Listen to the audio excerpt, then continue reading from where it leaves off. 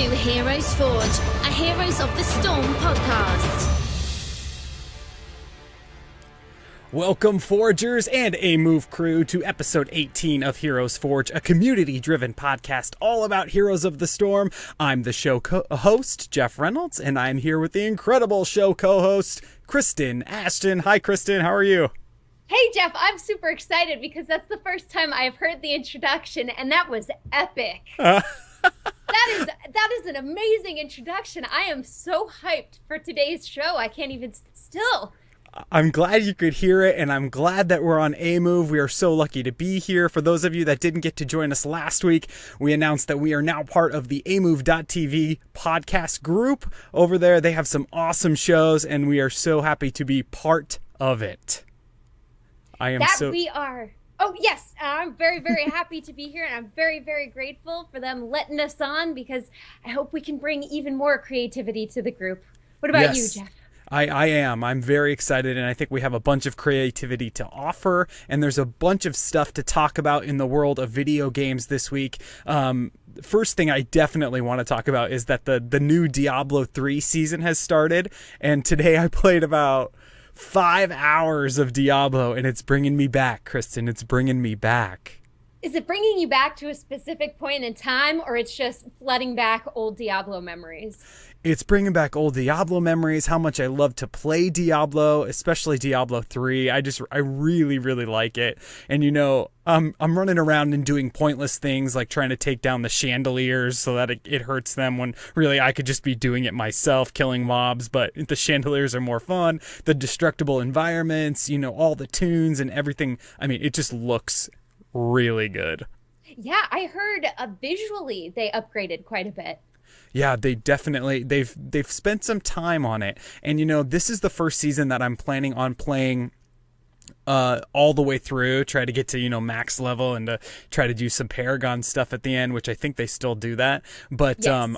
I'm excited to play it through again. It's been quite a while since I clicked my way through Sanctuary. Oh, well, clicking is how you do it. It's probably the game that destroys the most mice of any Blizzard game, except maybe Heroes or StarCraft. Those might be a close runner-up. So have you run into the Menagerist Goblin? I hear this little guy drops pets. No, I haven't, and I think that's a max level thing. But I have seen it, and I'm lucky enough to have attended BlizzCon like we always talk about, and so I have a BlizzCon pet, which is a Murloc, actually, that walks around with you. It looks like a little treasure goblin Murloc, so I do have a pet. This is all new stuff that wasn't in Diablo 3. Even at Reaper of Souls time, when that game started, they didn't have the whole massive pet system or the wing system or, you know, banners that you could carry around. So the game has definitely changed a lot. And, you know, speaking of games that are changing a lot, Hearthstone got a new expansion this week. Oh, it is so good. It's bringing back my love for Hearthstone too.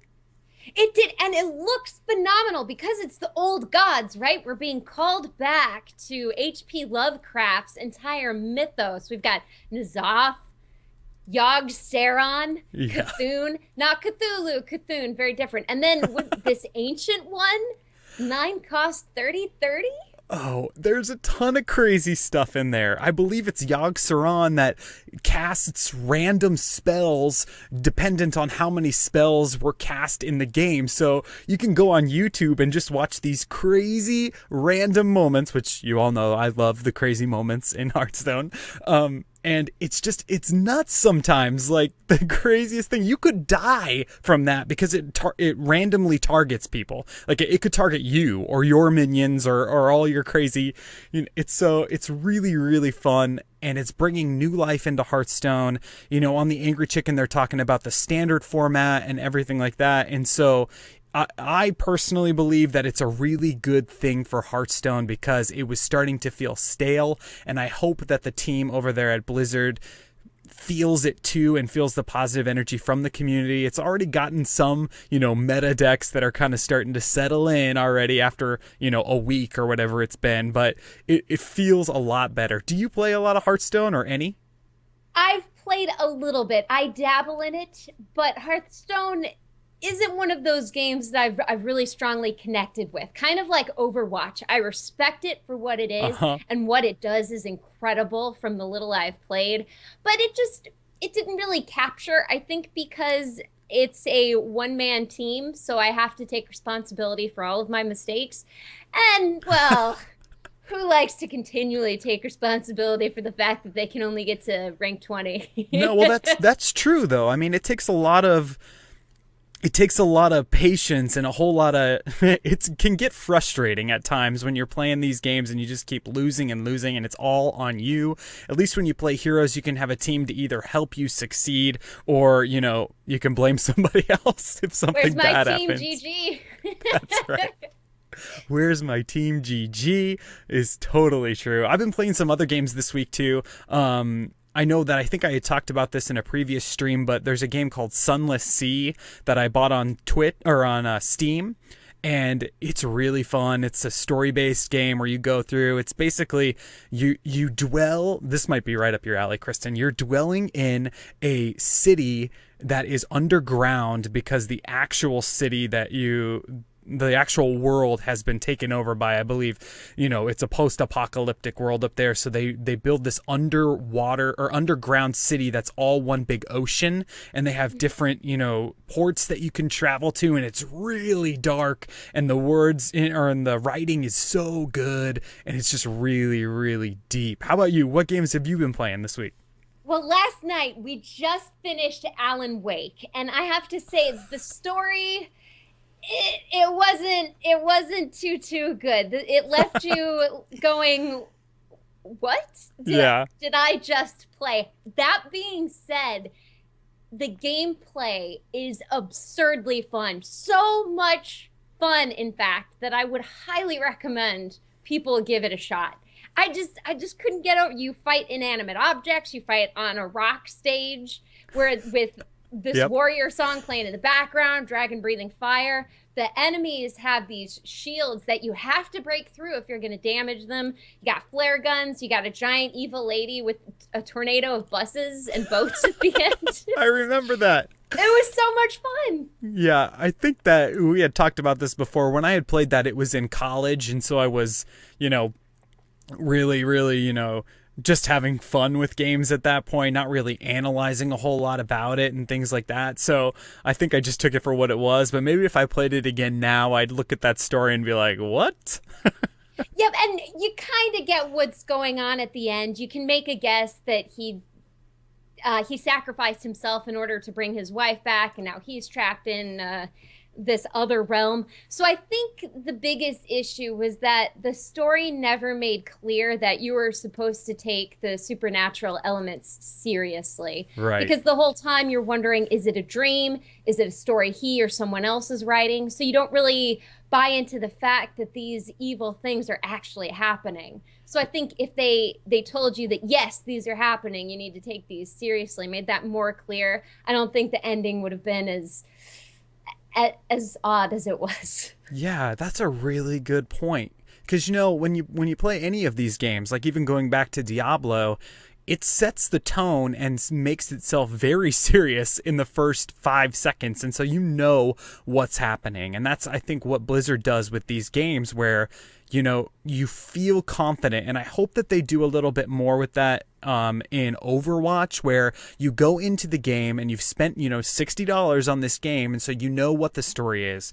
You don't have to go and read the comic book in order to feel it out. And I think that they'll develop it more once the actual game comes out. But I kind of felt a little lost in the beta, don't you think?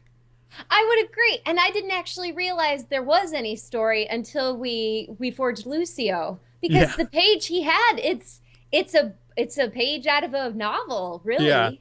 It's great. Yeah, there's a lot going on there, and there's a lot going on in Heroes too, and I think they're doing a really good job mashing it all together in the game. Of course, that's why we're here, is to talk about Heroes. So without further ado, let's forge. Let's forge.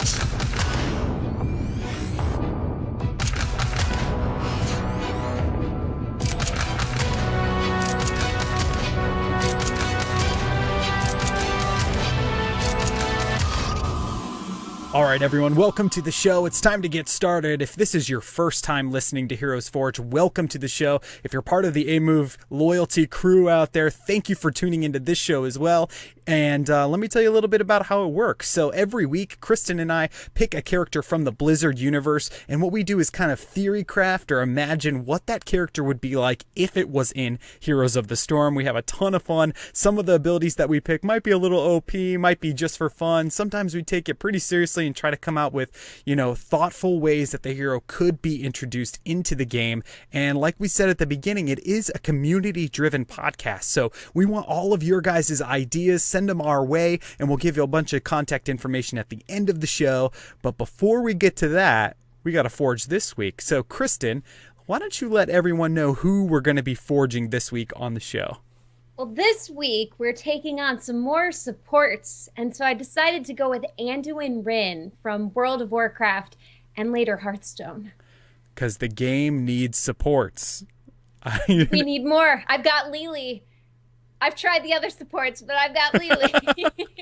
See, I'm right there with you. I have Lieutenant Morales. I cannot play Lily for some reason. I know a lot of people say, Lily is the go-to support. If you're just starting out supporting, you need to try that because it's basically easy. You can kind of mash Q and try to get heals out there, and it automatically goes to the player that needs it the most. I just can't get a hold of it. And with Morales, it's a little bit easier for me because once you target, you're good to go. It just keeps continuing healing, and with a little bit of finesse, you can start throwing out grenades out there. But like we said 5 seconds ago, it does need some more supports. Right now we have Lily, who does the basic flash small heals, Uther, who does flash heals, and then you have Malfurion, who does heals over time, and then Morales, who has a healing beam. So this was a challenge for me too, and I'm glad you picked this character because it makes me think those people over at Blizzard, they have to try to make these characters different enough to merit a whole new character, right? It is. It's challenging, especially when you get into these more specialty roles, because the specialists and the assassins, they're a bit more lax in terms of what they can do because they're supposed to be able to do a lot, right? But warriors have to be able to take a lot of damage. Healers or supports have to be able to stop the influx of damage or prevent their team members from going down to the damage. So already they're pigeonholed into this one role. So how do you build from there? Yeah, and how we build from there is how the rest of the show will go. We'll find out what our ideas were. And this, Kristen, I always talk about how it feels odd for me to try to forge a tank. Like a warrior is tough because you have to do the same types of things but differently. So I kind of had that feeling with Anduin. So we'll see how this goes. So the first thing that we're going to talk about, like we always talk about, is what role classification we think this character would have if it was in the game. And I think we've made that clear. We're both building a support build for this character, correct? Absolutely. Great. And let's go straight into the trait. So if this character was to have a trait, my idea was that Anduin's trait would be something called Corpse Run. So priests are devoted to the spiritual and express their unwavering faith by serving the people. When Anduin dies on the battlefield, he immediately respawns as a ghost in the Hall of Storms. At this point, the player can attempt to reach the spot of death and respawn instantly. They must reach their corpse before the death timer is completed. If the player is unsuccessful in their attempt, they will respawn like normal at the Hall of Storms. This would be a tough feat for a player at the beginning of the game and will come in handy late game. If the player respawns at the death location, he will have half health rather than That feels full like health. World of Warcraft. Yeah. Yeah.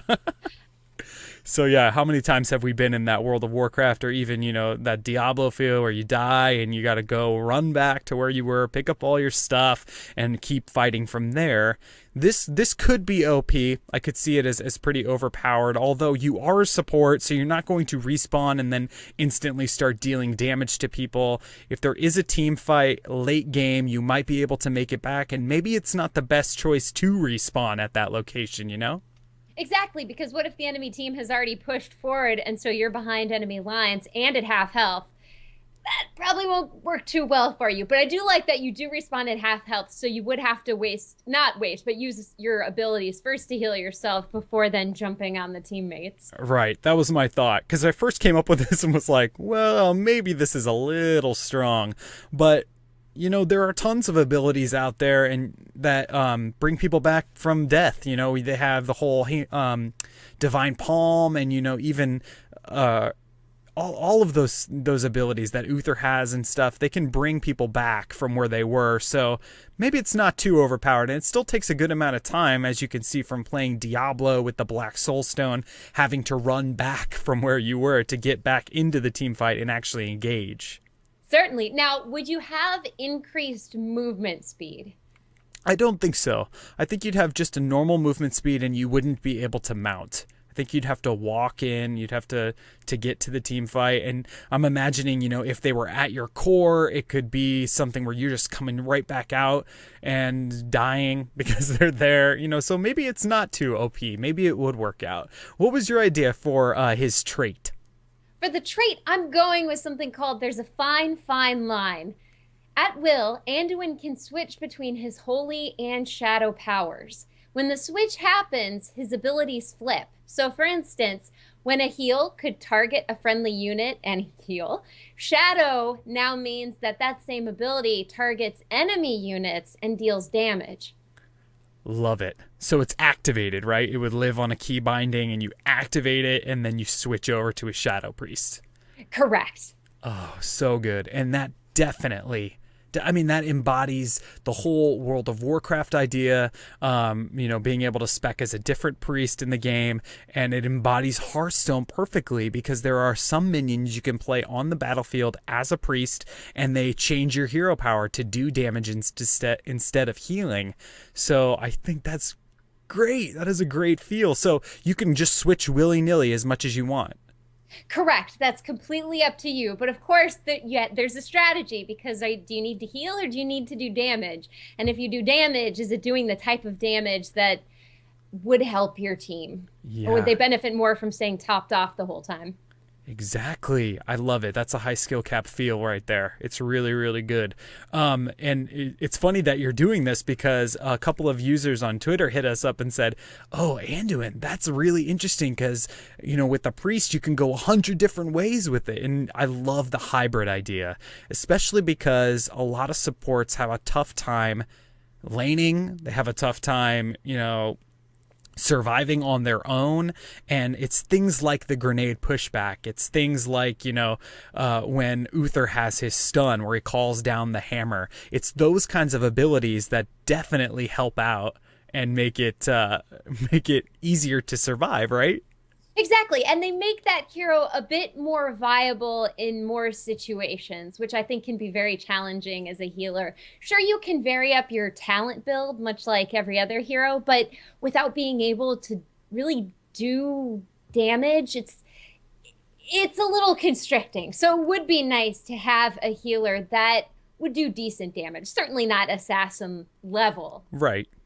Yeah, no, I definitely agree. And I think, speaking of talent builds, I'm just going off topic here, but you could definitely talent into that so that, if you're in holy form, you switch to shadow form, your first attack, if you talented into it, would be more powerful, or vice versa, where if you switch back into healing, you could be your first heal back in, could do more healing. I just see a whole plethora of ideas for that, and it's really good.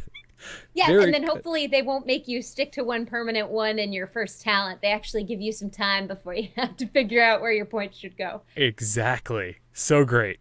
All right, let's move on. So we're talking 2 awesome traits here, and now let's talk about the mounting ability, or how this character would mount up. Asmodan can run faster, or Diablo can run faster. He gets on all 4 legs, and some characters can ride the mounts that are in the game. So my thought is that he would just ride a normal mount.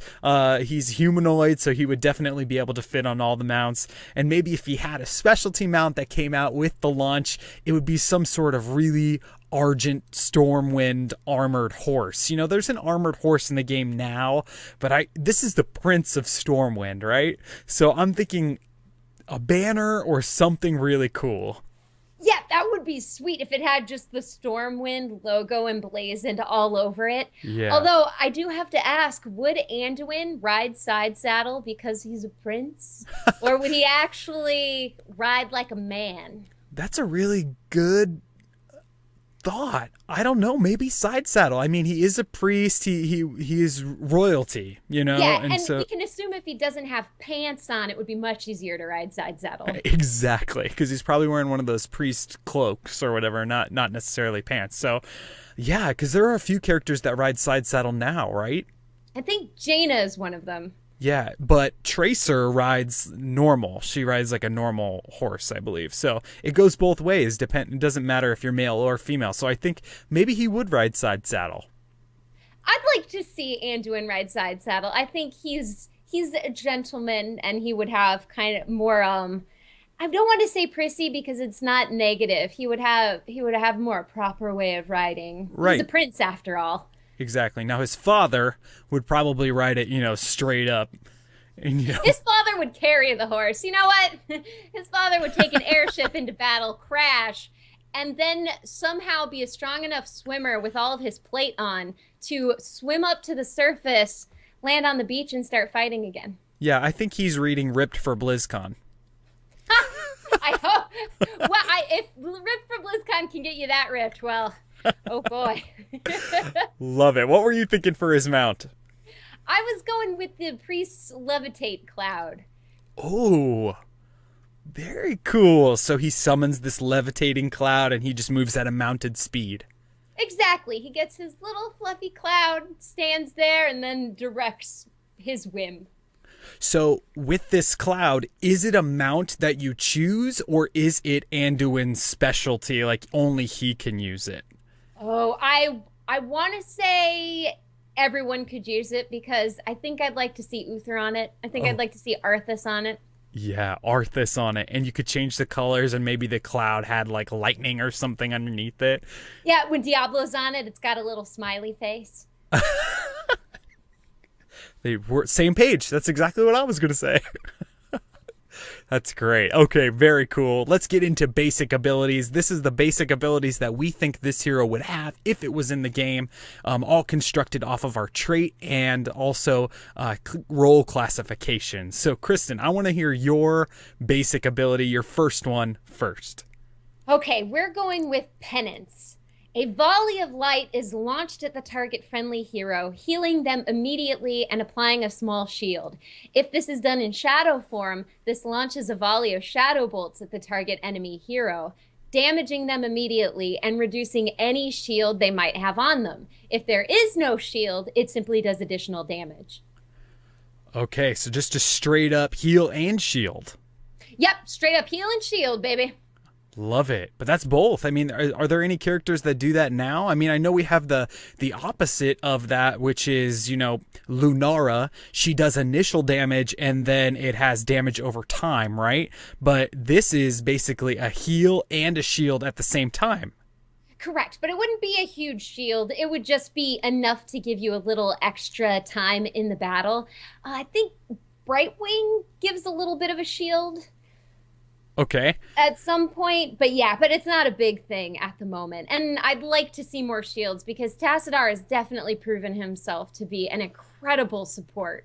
Absolutely, especially in those big esports tournaments, right? Because you can overheal someone basically. You're shielding them past their health, so you're overhealing them in my mind is how that works.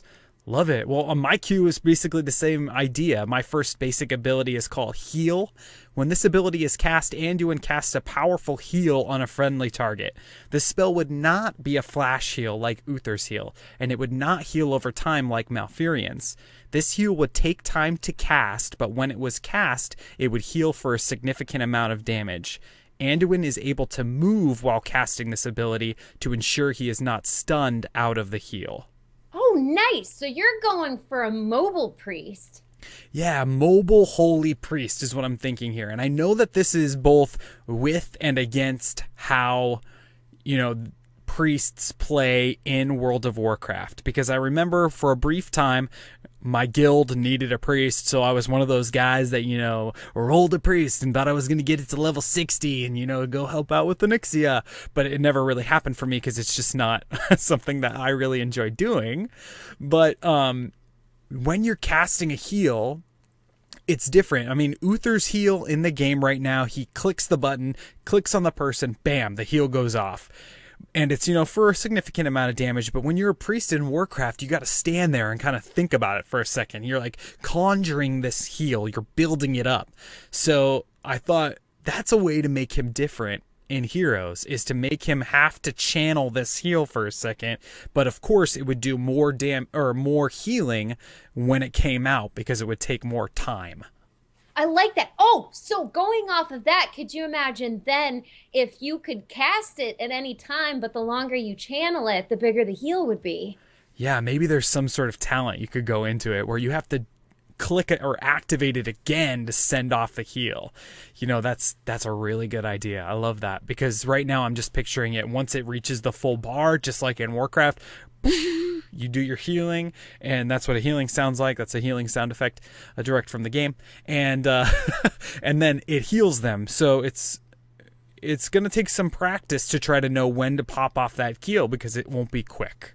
Definitely, but it would be great practice too for Rhaegar. Oh, Ancestral yeah. heal. Could you imagine Rhaegar players moving to Anduin, and they'd be pros. They have just heals left and right. You'd be like, how are you this good already? It's only the first day. That's what I always hear.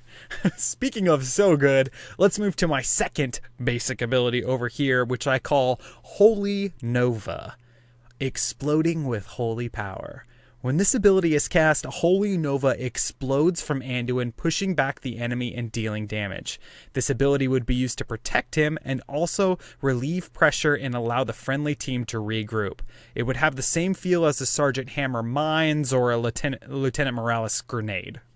I love it, and it's not a level 10, because that's that Emerald Wind, right, that Brightwing has, where it pushes everyone out. That's so great, because the displacement can be so powerful in team fights, whether it be engage or disengage. Yeah, and I wanted him to have a little bit of survivability. I do picture that he can cast his heal on himself, so it's not like Morales where you can't heal yourself in that way, but really squishy. I'm talking really squishy, I'm thinking here. So in order, if he's getting mobbed by a bunch of people, he could hit Holy Nova. It's not going to push them back like a big gust from Falstad. It's just going to, give him maybe enough time to try to get out of there before he gets taken out. So that was my idea for my second basic. Kristen, what were you thinking for your W? I'm going with Mind Blast. So we're in the good form, right? In an explosion of light, going with explosions here for this W, that it blinds nearby enemies. The target friendly hero is healed for a large amount. So the target hero would be healed, and that's where the explosion would be centered. Then in shadow form, an explosion of darkness would go off on an enemy hero and heal nearby friendly units. That target enemy hero would also then be damaged. Ooh, that's a good flip-flop there. Oh man, talk about high skill cap. You've got to know when to flip-flop, what you're doing. You have to be really aware of the battlefield in order to cast this. I love the holy part of it. I think that's really neat. The blind. I love blinds. I don't think there are enough, especially now with Tracer in the game, because you've got Lily, you've got Johanna, and those are the two off the tip of my tongue. Yeah. Like, it's Tracer. Oh, yeah. Tracer is just rocking the world right now in the game. And, if, like Kyla talked about last week, if you can counter that with blinds and the auto attacks and all of those sorts of things, then you're good. So this forging basically is kind of inspired by that, where, the more blinds, because there are a ton of ranged auto attackers. Yes. Oh, and Li Ming, my stress level shoots up the roof whenever I hear that orb explode. I have nightmares about this thing. Yeah, it's usually followed by the hero death sound. Exactly. That's probably why. Like, oh, am I dead? Is my team dead? Oh. Exactly. Great. 2 awesome W abilities. Kristen, let's hear your third basic ability for your build of Anduin. All right, third, we're going with a classic oldie but goodie Renew. The target-friendly hero receives a large heal over time. When done in Shadow, the target enemy hero receives a large amount of damage over time. Classic. Classic. Oh, there are some things, and I believe we talked about this last week. There are some things in the game that feel okay to die to. And then there are some things that when you die, it just feels really bad. Like a triple tap. It never feels good to die from a triple tap. Ever. No. And damage over time is another one of those things where you just can't do anything. You put this damage over time, and if there's no healer around you and they've taken out the well already, for some reason you decide to start running back, even though you're not going to make it. You're going to die. It never feels good, but it feels so good when you are Lunara and you throw that damage over time, and then you just go to the next lane because you know that your job is done. Yep, you just walk away sassily and you're like, damage over time, deal with that. Exactly. And they usually can't. Hair flip and everything. Or what would her hair be? Like vine flip? Yeah, she's got some hair, though. I mean, it defies gravity, so I guess she's got some roots back in there that she's kind of entwined her hair around to give it that lift. But exactly. I love the shadow form version of that, too. So being able to switch in and out is just, it's awesome, but it would take a serious amount of practice. Yep, which would make this hero very intense to play, and that's something I wanted to avoid because I did try Priest as well in World of Warcraft, and again, not my thing because there's a lot of standing there. Yeah, like standing here. Exactly. Okay. No, yeah, and you're just doing a whole lot of watching all of your WoW add-ons. You're watching everyone's health. You can't really pay attention to the game as much because I gotta watch my tank. I gotta do this. I gotta do that. But with your ability of shadow form switching in Heroes, you wouldn't be doing just healing, which is another reason people don't play supports even in Heroes, right?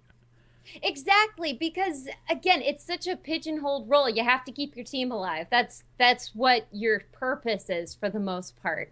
But what if you're 3 levels ahead? Yeah.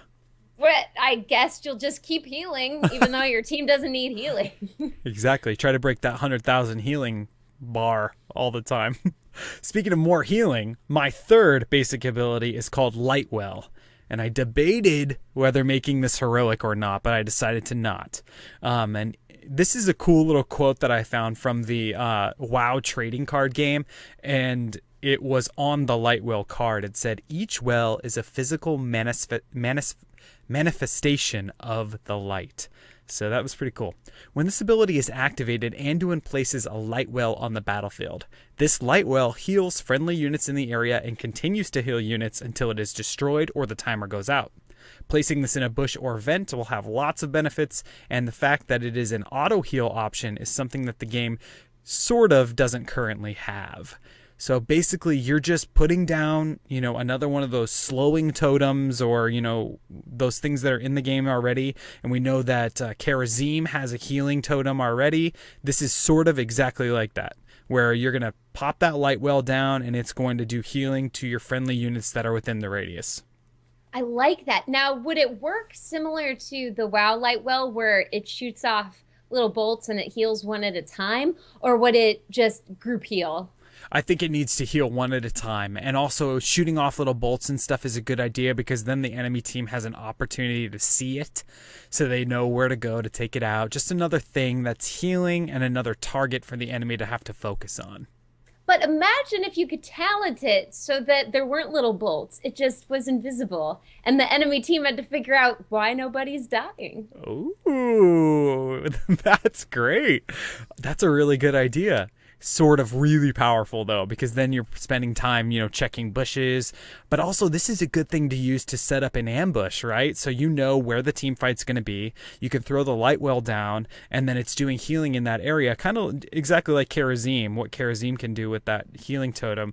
And then you call where the team fight will be, and then the last thing they're going to be doing is looking for your light well when it's hidden in a vent near where you're fighting. They're going to be concentrating on the fight. So maybe it'll just top some people off and help out that way. Yeah, and we can hope, too, that they also don't have a Dahaka. But that would be interesting because it would give Dahaka even more to do, right? Counterpick. Mm-hmm.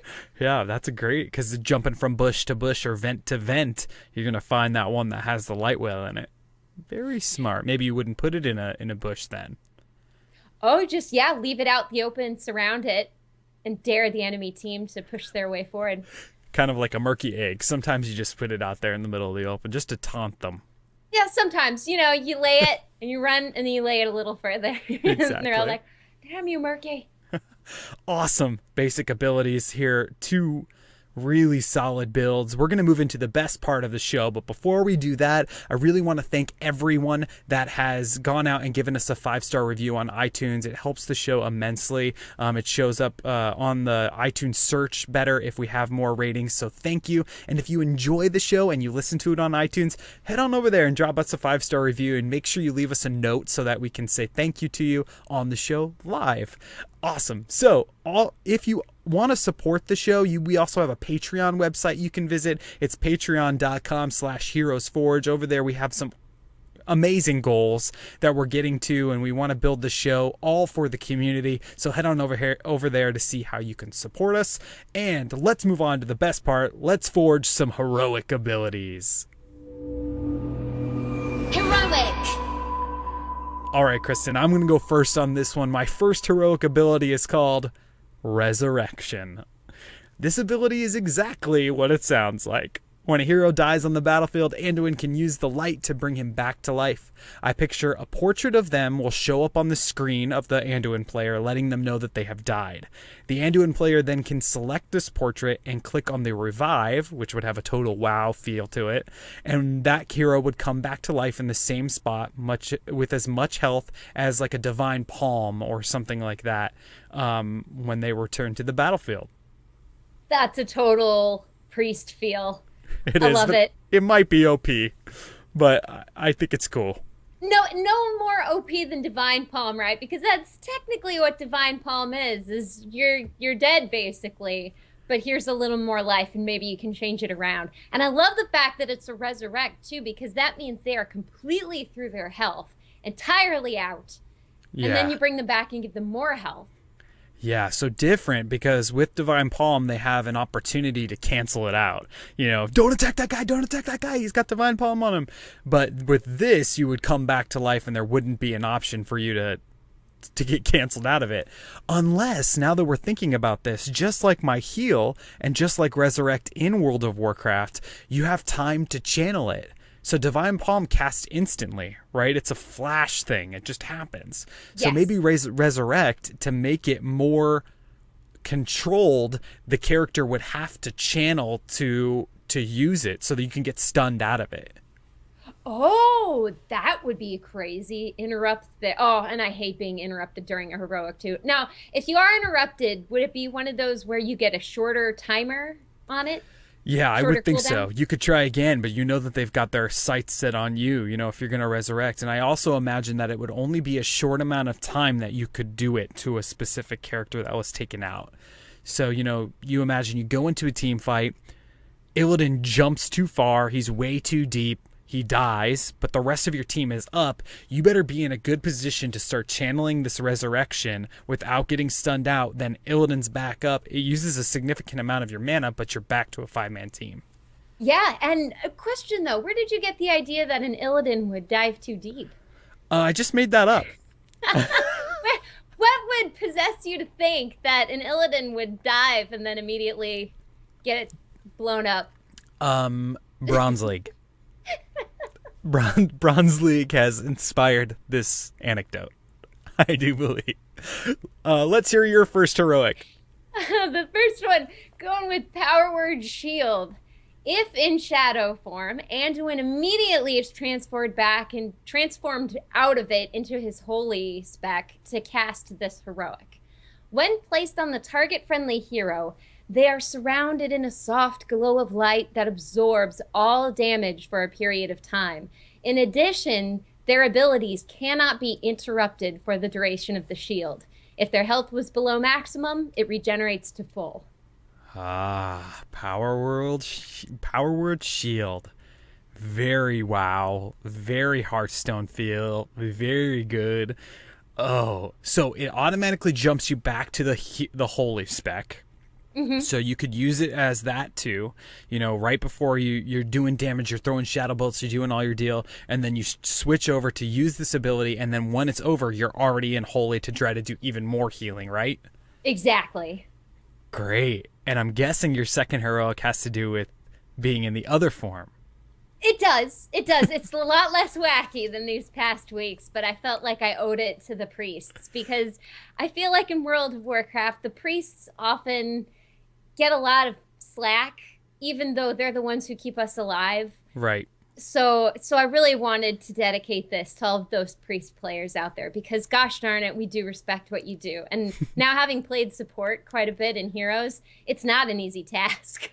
No. Not easy in the least. It goes all the way across the board in every game. I mean, even down to Dungeons and Dragons when you're playing that and you have someone that's healing there. Or, it's easy to blame the healer when you die. And we see it in every game. And so I agree with you. Those people that spend their time sitting there in the back of the mob trying to heal people out, it is not fun for most people. Some people love it. Some people love being back there. But, most people want to be doing the DPS or out there tanking. And so when you have the ability to have a good healer, and throw them a shout out. Hug your healers. Just hug them. They're good. They're good people. They keep you alive if you just stay close enough for them to help you. Yeah, and they spent all that time getting to that max level and all that time practicing their supports and heroes. So I agree. Let's hear it. Let's hear the second heroic ability. All right, the second one, going with Vampiric Embrace. If in holy form, Anduin is immediately transformed into his shadow form to cast this heroic. Anduin places a buff on a target enemy hero. Any damage that hero deals is returned as health to Anduin's entire party. Any damage received by the marked enemy hero is returned as health to Anduin's entire party. Damn. I wanted to make sure the enemy hero didn't have the option to stop attacking, because it's so easy. You just run away, and then what good is that heroic going to do you? Yeah. Oh, I love that. Tons of health just pouring in on your team. Oh, and if cast at the right time, obviously it would be just baller. It would be so good. Yeah, you'd live through everything. It would be such a beautiful sight. Yeah, and then all of your friendly teammates would do nothing but just throw shout outs at you. Exactly. And I like to imagine too that it would put your team in the position where your more squishy assassins wouldn't get scared that they're getting too low and would get healed, thereby backing up and stopping their damage output for just a brief second of time, because those brief second windows can really make or break a game. Oh, for sure. Especially in Heroes, it's that 1 second, it's that one team fight, it's that one heal that goes off at the right time that can just swing an entire game, even if the enemy team is on your core. Exactly. I mean, how many games have I had where we've had a comeback from the brink of destruction? Oh, I know. And it feels so good, doesn't it? Oh, it does. It's the reason I still play for moments like that. Yeah, completely off topic, but the best moments that I've had have all involved the medevac dropship, where they're on your core and you're there and they're just whacking away at your core and it's almost dead and you somehow wipe the whole team. Medevac dropship right on top of their core, win the game, save the replay, put it on YouTube and get 1,000 likes. Nice. None of the rest of that happened, just the beginning, but cool. Let's talk about my second heroic ability, which I called Guardian Spirit. When this is activated, Anduin summons a guardian spirit to follow a selected hero. This spirit will follow and protect the friendly hero with shields and healing. The spirit cannot be targeted by the enemy team, but will be on a timer and only one spirit can be activated at a time. Nice. So it's like your own My Uther. Yeah, Except exactly. it's not controllable. He just follows you around, healing you the whole time. Yeah, and it can't be targeted, it can't be ruined, and I picture that the tune would be something like, that big guardian spirit when you die in WoW with the big wings. It would just follow you around and heal you through a battle or something. And then Anduin would have to worry less about that character getting killed because it knows that the spirit is on that character. And that would be so nice, too, especially if you were up against a Nova, but you had a squishier specialist that needed to push lanes. Oh, that could make the difference between a snipe and a death or not. Oh, really? Imagine Guardian Spirit on like a Zool, like you just said, or on a, even like a Cho'Gall, so it can do half the heal on Cho'Gall and Anduin can take care of the second half. I think that if tuned right, it could be doable in the game without being too OP, but it does take up a heroic ability slot, and it's not doing anything but healing. I say that, but it's important, right? It is. And I mean, again, healing makes the difference between life and death. Now, would this spirit be the full-sized winged lady, or would it be a mini winged lady, kind of like Lily's water dragon? Yeah, it'd be mini, because the full-size winged lady would take up, in the wingspan would be just massive, right? It would be cool, but I think it would be too big of a visual distortion of the game. Fair enough. As we all know with the Tracer Stuck animation. Oh, yeah. Doesn't feel good. No, and what's weird is that I don't feel like the Stuck needed to be there because Kael'thas has, Flame Strike? Right. That comes off the ground. You can see it on the ground. Yeah. Whether you choose to move or not, that's up to you. It's sort of like Tracer's thing following you around because it's on you. You don't need the Stuck. No. I agree. That's a good point. Yeah, that's crazy. That also, more things that don't feel good. Let's talk about specialty skins. So this was Kristen's idea. We've been doing it for every episode. And what we do now is we're going to take, if this hero was to have a wacky skin in the game, what would it be? And this is where we just get to have a ton of fun. Like the King Candy Mirrodins out there, these are our ideas. And my specialty skin was a World War II medic Anduin. So I was inspired because some of the tunes kind of look like Matt Damon. Yeah, you're right. So I thought, Saving Private Ryan, maybe we could get into this and there could be a World War II medic Anduin and his trait becomes like another, in my trait, when he dies, it summons a spirit and that spirit has to find the body. But I think it would summon another battle medic that would have to reach his friend before the timer ran out. And his mount would be like a World War II motorcycle with a sidecar. That would be amazing. Would he be able to pop wheelies on his motorcycle? Yeah. It would be total Indiana Jones World War II motorcycle chase. I love it. And those uniforms were just so iconic back in the time. And even nowadays, you see a World War II uniform and you go, Yeah, it definitely made them stand out. And one of the skins I love in the game right now, I don't play Sergeant Hammer, but if I did, I would have that World War II hammer tank where she's up with the World War II helmet and, the stars on it. I love that. I think it's so cool. We get some General Patton. Whenever you put the skin on, you get the American flag flying in the background. Yeah, on the Heroes Select screen of Hero League, it just flies the American flag behind you. It's so we get patriotic. some trumpet playing taps in the background. Exactly. Well, hopefully not, because that would mean something went wrong. Hopefully not, but maybe they're playing taps for the enemy team. That's a little bit of psychological warfare there. I love it. Okay, Kristen, give us your specialty skin for Anduin. Specialty skin, since he switches between the light and the dark, I was thinking it would be a Dr. Jekyll and Mr. Wrynn. So, refined gentleman of science, I guess magic by day, malformed physical representation of the evils of humanity by night. Anduin Wrynn's two forms are the perfect representation of the dualities that continually fight to win over the state of wow-manity. I feel like I'm in college literature class right now. That was beautiful. Thank you. I could hear them. Decades of practice is what that is.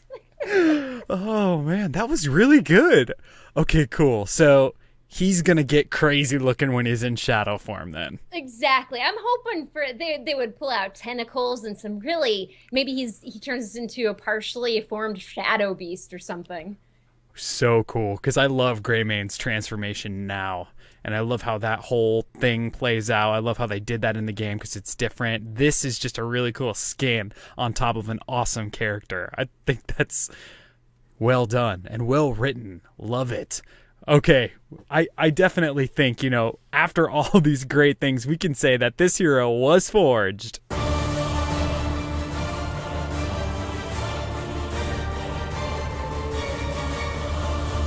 HeroesForge. We have some awesome ideas coming out of this forge for Anduin Wrynn. Over on my side, talking about corpse runs and being able to respawn early, heals that take time to use. You're using Holy Novas to push people back, popping light wells out into shadows so that people can get healed offhand. You're doing resurrections and having guardian spirits follow people around. Over on Kristen's side, we have a levitate cloud that moves him around instead of a mount, using penance to volley light and being able to change from shadow form to holy form over there, using mind blasts and a whole bunch of really cool shadow ideas, not to mention Power World Shield, giving them health and shield, Vampiric Embrace, being able to take health from the whole enemy team and feed it back to your team to make you feel like an awesome healer. And to top it all off, we definitely have Dr. Jekyll and Mr. Wrynn for a specialty skin. Kristen, bravo. I thank you so much. And I also want to say bravo too, because I think we brought excitement to this class that WoW, as we discussed earlier, doesn't really have, because you built your priest to move. He is always on the move. He can't stop moving. I mean, he's got that ability where he can heal, but he can move while he channels it, which is great because that would be wonderful against a tracer who can move while she basic attacks. Yeah, different than what we know for healing, but that's what Heroes is all about, right? Taking things that we know and making them, sufficient for a MOBA, and one that's really fast-paced like Heroes. So I think there's some really cool ideas that Blizzard has on the back burner. I mean, the game needs a priest, and I think the game needs a priest like your priest, being able to switch back and forth. And I think whether it's Anduin or not, a WoW priest would be a great addition as a support to, that's the backbone of all the healing inside of all Blizzard, right? Exactly. It's always the priest. And I don't think there's anything more iconic than the WoW priest, because I think mostly because so many of us raided at least a little bit back in the heyday of WoW. So there's just a connection that I think we would all be really, really happy to be, oh yeah, the priest is on my team. Yeah. It's really cool. And I hope that they do it soon. And I hope, whether it's the WoW priest or not, I hope they come out with a new support. And I'm crossing my fingers that the next character they release for the game will be a support character, because I enjoy playing supports in Heroes. So I'm looking forward to it. Yeah, they're very, very fun, especially because you can tell everyone that they were out of position. Not your fault, GG. Game over. My team's out of position. GG. It's this double-bladed sword. You can blame your team for anything, even though it's entirely your fault. Just any excuse you can find, you latch onto. It's still fun. I agree. All right, everybody, that's going to be our show. There's a few places that you can find us. So first and foremost, again, we are part of AmoveTV. For more video game and esports podcasts, make sure you head over to AmoveTV. Awesome shows over there, ones that inspired us to create this one, so check it out. If you want to check out our standalone website, it's HeroesForge.club. Over there, you can submit ideas for heroes that you'd like to see on the show, or even builds that you might have, or just ideas for, or maybe even a basic ability or a character you'd like to see on the show. Over there, we also have all of the previous episodes that we've recorded of Heroes Forge. This is episode 18, so we have some killer episodes out there. If this is your first time listening, listen to the Lucio episode. That one was really fun, and there's some really crazy ideas. You can see how crazy this show gets. Also, you can shoot us an email with your ideas for characters on the show. It is contactheroesforge@gmail.com. And you can follow us on Twitter @ForgeHeroes. Over there is where we announce the hero that we'll be forging on Sunday nights. We usually announce it on Thursday the week before, so you can get a little sneak peek. And also, if any Heroes news comes out, we kind of pop that out there too, so you can check that out. Make sure that you do listen to the show live if you can. It's on Sunday nights at twitch.tv/AmoveTV. Over there we stream Sundays at 7 p.m. Pacific. Make sure that you head on over to our YouTube channel, which is here youtube.com/HeroesForge, and download the show on iTunes or your favorite podcasting app. Over there, make sure you give us a 5-star review if you're really liking the show. It helps the show out. Kristen, where can people find you on the interwebs? On the interwebs, people can find me at Dream Destroyer. That's DRMDESTRYR over at Twitch, Twitter, and YouTube. And then, of course, my health and fitness blog, rippedforblizzcon.weebly.com. Ripped for BlizzCon, so that you too can wear a full set of plate, delve 40 feet underwater, and swim to the top. Variant approved. Varian approved. Varian approved. I'm picturing a thumbs up picture of Varian like ding. Yeah. Very true. Love it. You can find me here on Heroes Forge. And also, if you'd like to support the show, again, make sure you head on over to our Patreon site, patreon.com/HeroesForge. Kristen, what a wonderful show. I agree. The priest was a lot more fun than I thought it would be to forge. I think this is probably one of my favorite heroes we've had. Yeah, it's a lot of fun, and, having great ideas from both sides, too, really inspires me to get out there and, wave my little priest flag around and be like, guys, you gotta build this character. You have to build a priest. Yeah, and everyone wants a priest, too. I think it's one of those healers where no one's going to roll their eyes because the priest is a healer. That's all they do. It's not going to be like a Brightwing where everyone's going, not sure how this one heals, but yeah, we'll go with it. Exactly. Very cool. Okay, we're going to call the show there. Thank you so much, Amove team, for listening to the show. Make sure that you check us out next Sunday and follow us on Twitter for who we're going to be forging. And we will see you all in the real world.